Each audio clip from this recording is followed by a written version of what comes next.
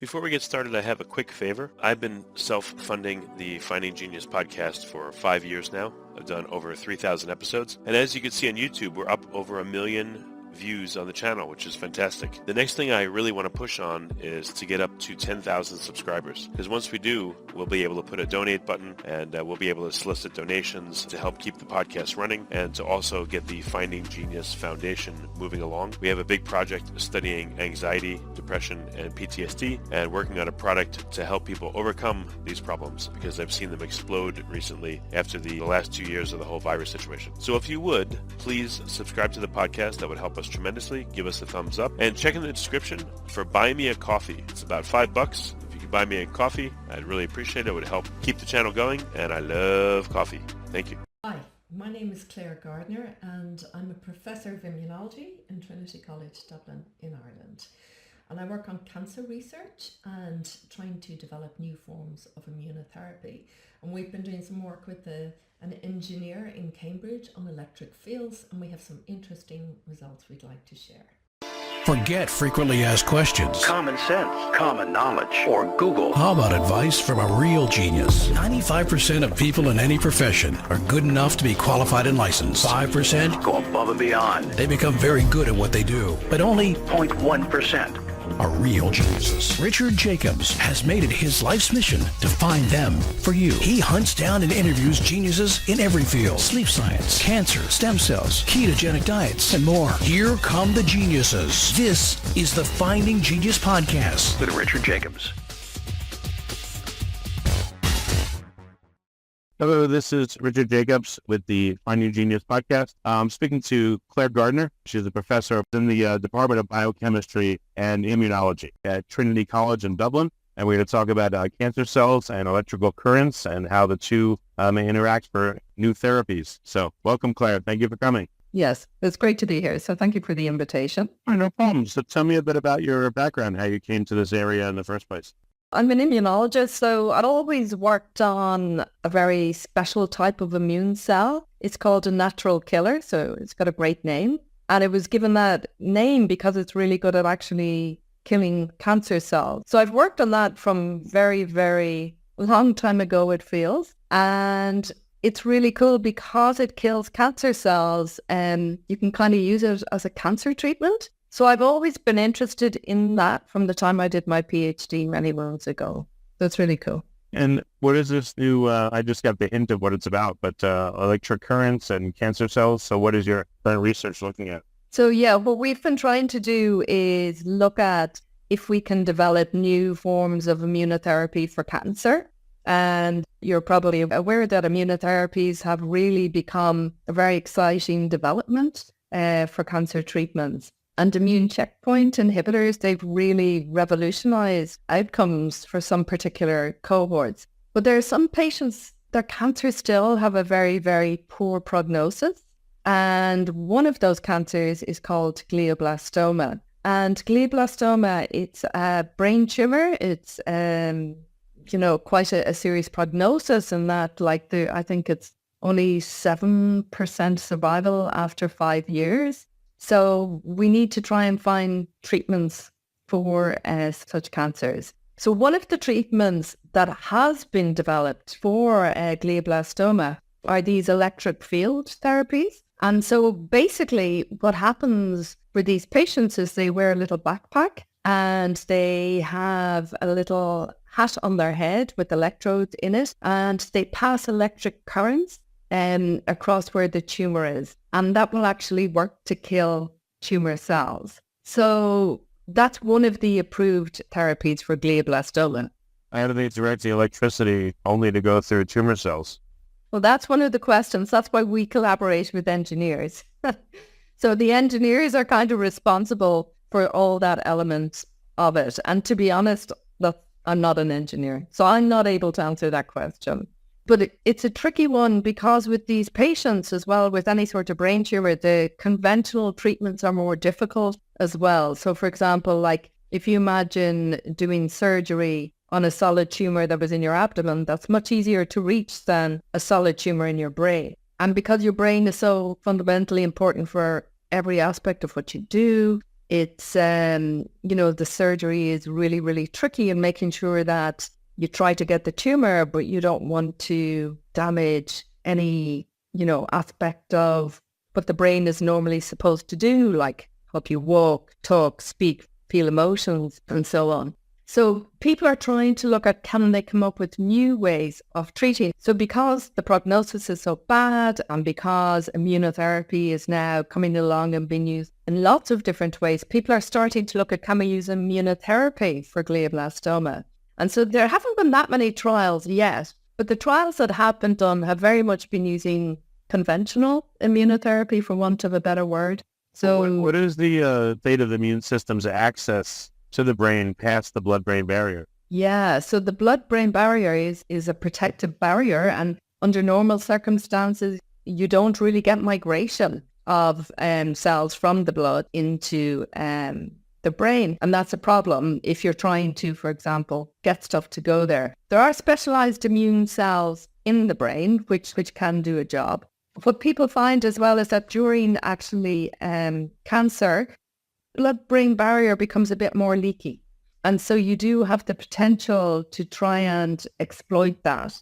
There are also people who are working on ways of just temporarily, depolarizing that blood-brain barrier to try and allow drugs or therapeutics in. So that's one thing that people are doing. But people are also doing things like, for example, you can inject a therapy directly into the tumor site. So that would be going in, to be honest, I'm not 100% sure whether they do it after surgery or how they do the logistics of it. But basically, you can have a port which feeds from the tumor to the outside. And you can basically add things into that port, into the site of the tumor. So that's one thing that they can do. So this electric current, I know the engineering side you're not familiar with, but the biological side, so assuming they can direct it to the right place, to the tumor, to the port, whatever it is, what happens? The electrical current, it causes the cells to explode, or what's the mechanism here? Well, I'm not quite sure they explode, but it certainly causes cancer cells to die. And that's really why it's used. So it's approved by the FDA as a treatment for glioblastoma.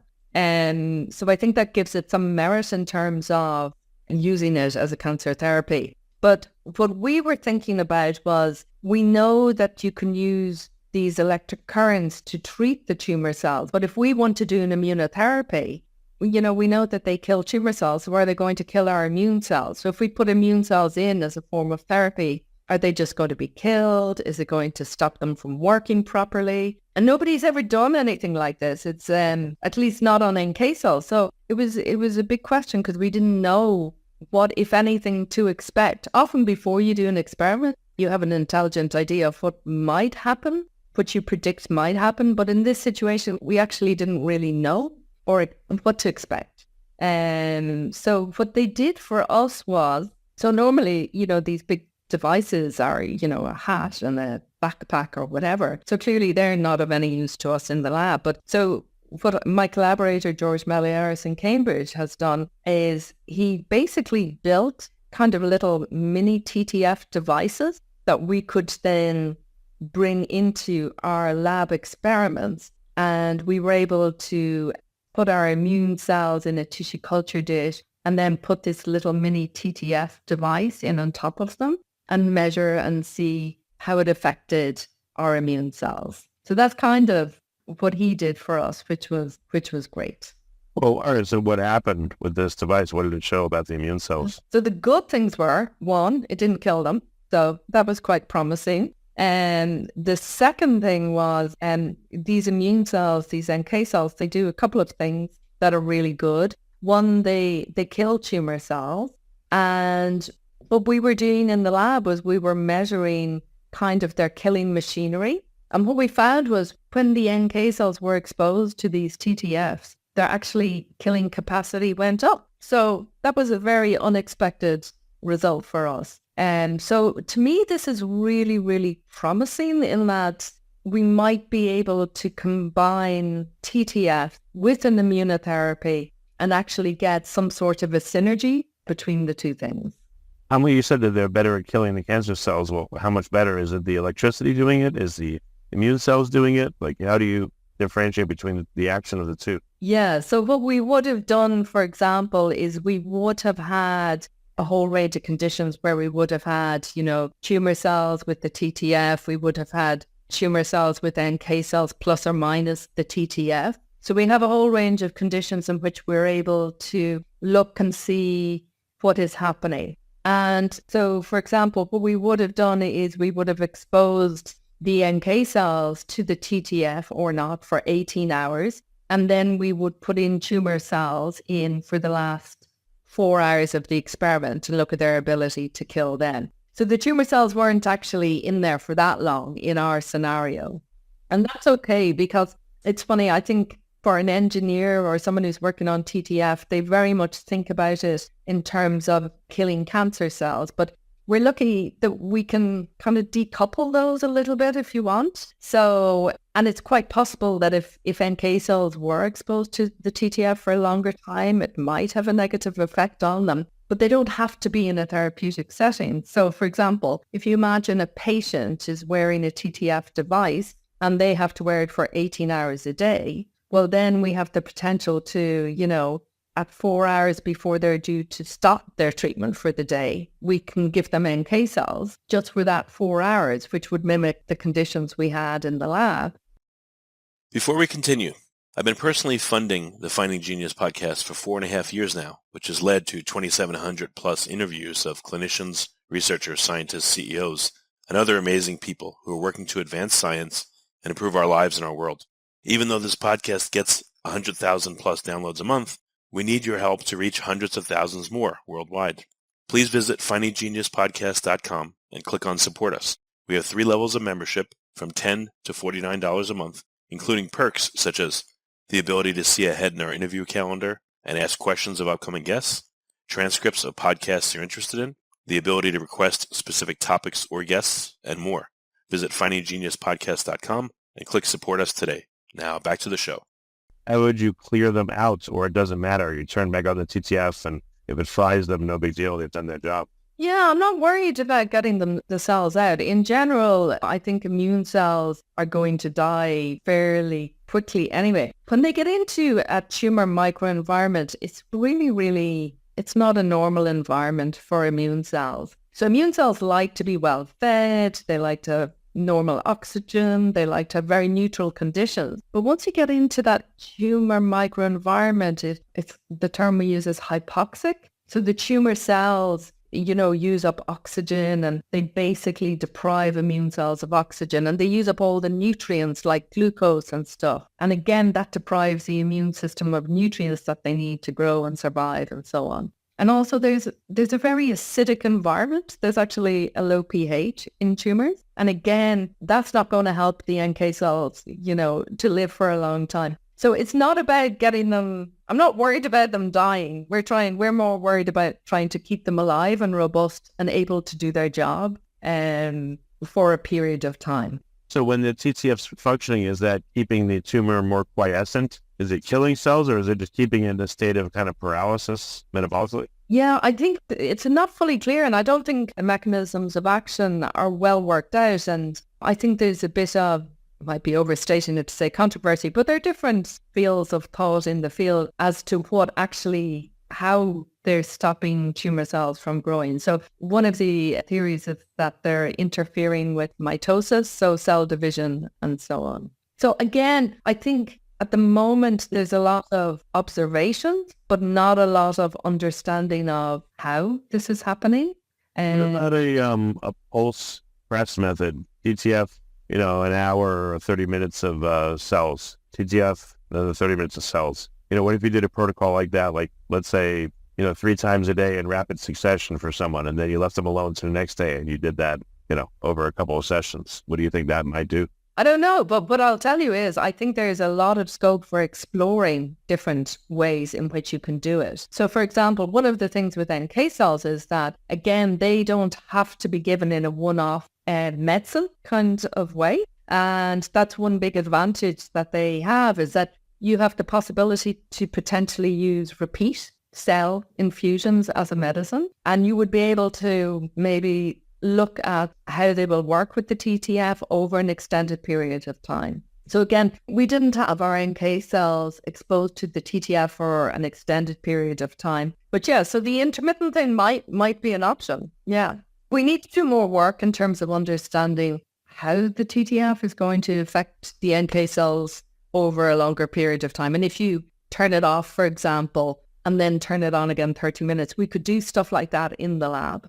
And the other thing is that in the lab, what we've done so far is we really, because we, as I said, we really had never done anything like this, and no one has ever done anything like this. We simplified our experiment down. So we just put our immune cells in the experiment and expose them to TTF. But what we really want to do now is to, get more complex models of the tumor and the NK cell and the TTF all together, and then kind of get a feel for how we might optimally use these together. Well, you're going to use organoids, or what kind of a system would be good for testing this? Yeah, so there are a number of systems where currently, the simplest is to use cell lines. I mean, we've done that already, but we are looking at doing organoids. And when I was over in Cambridge relatively recently, George has a collaborator who actually has an organoid glioblastoma model. So yeah, we're potentially looking at going down that road. And I do think the organoids are a better model than conventional kind of cell lines. Well, how do you imagine this would look in clinical practice? What would be the protocol? Just, again, it's a speculation. Yeah, it is speculation, but I think I can see a scenario where if we are able to use the NK cells, actually another thing I would just say is that a lot of the time when people come up with new therapies, there's almost an expectation that they have to fit in at the end of the current therapy. So, that you would do the surgery first and then the chemoradiotherapy, and then you do the TTF device, and then you would do immunotherapy or so on. But I actually think there's a lot of scope for, that attitude might need to change, and some immunotherapies may actually be much better to give upfront to patients, and then potentially then you could use them again afterwards, for example, plus or minus TTF. So there's a whole lot of unknowns at the moment, but I could see NK cell therapy being used, for example, during surgery.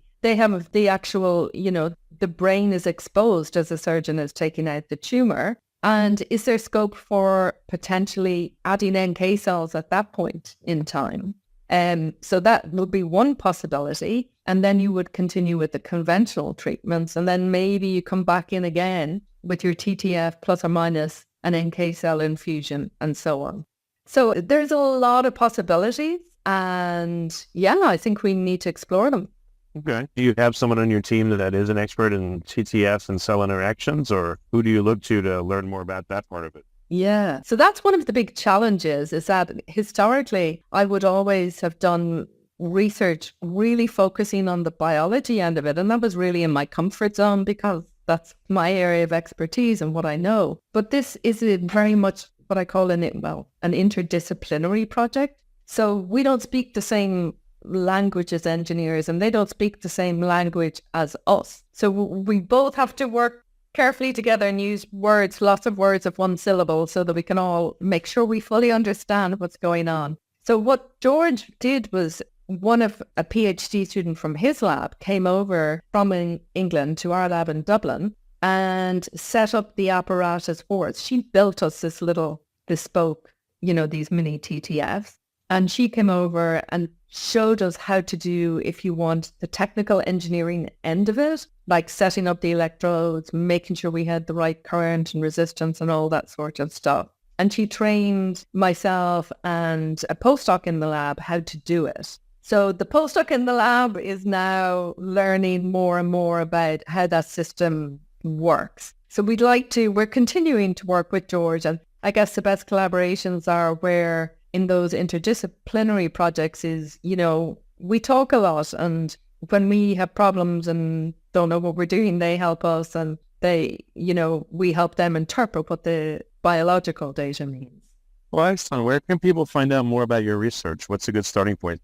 So I have a web page on the Trinity College website. So maybe I could send in a link or something to you that we can potentially... That'll be great. We'll post in the show notes, yes. Yeah. But it's a very exciting time for immunology and immunotherapy. And it really is changing the landscape in terms of cancer therapies and curing patients with diseases that, 20 years ago would not be cured. So any other cancers that are particularly amenable to this type of treatment too? So at the moment, what people are looking at is some lung cancers, and it's being assessed there. What we would like to do is look at it in a number of different other cancers. So for example, even pediatric glioblastoma. So pediatric glioblastoma, it's quite rare, but kids can also get glioblastoma. And so one of the things that we want to look at in the lab, and actually I should say that pediatric glioblastoma is really, really different from adult glioblastoma. And it's a bit unfortunate then because sometimes people think that they're very similar because they have the same name, but actually they're very, very different. They have fundamentally different underlying causes and so on. But so we're also doing some work in the lab on pediatric glioblastoma. We're also looking at maybe neuroblastoma, which the primary tumor, it's also a childhood cancer, and the tumors tend to occur on the adrenal gland, and whether you could apply TTFs there. So again, that is something that we have discussed, and we're looking at potential ways of doing that. I also think people are going to work to develop different and better ways of delivering the TTFs to patients. So as I said, currently they have to wear these big backpacks and, they have to wear them for 18 hours a day. So that's quite cumbersome for a patient and in terms of quality of life issues. And so my understanding is that people are looking at different ways of whether they, for example, could use smaller, more targeted devices or different technological solutions, I guess, to using this technology rather than using a big battery in a backpack. If you like this podcast, please click the link in the description to subscribe and review us on iTunes. You've been listening to the Finding Genius podcast.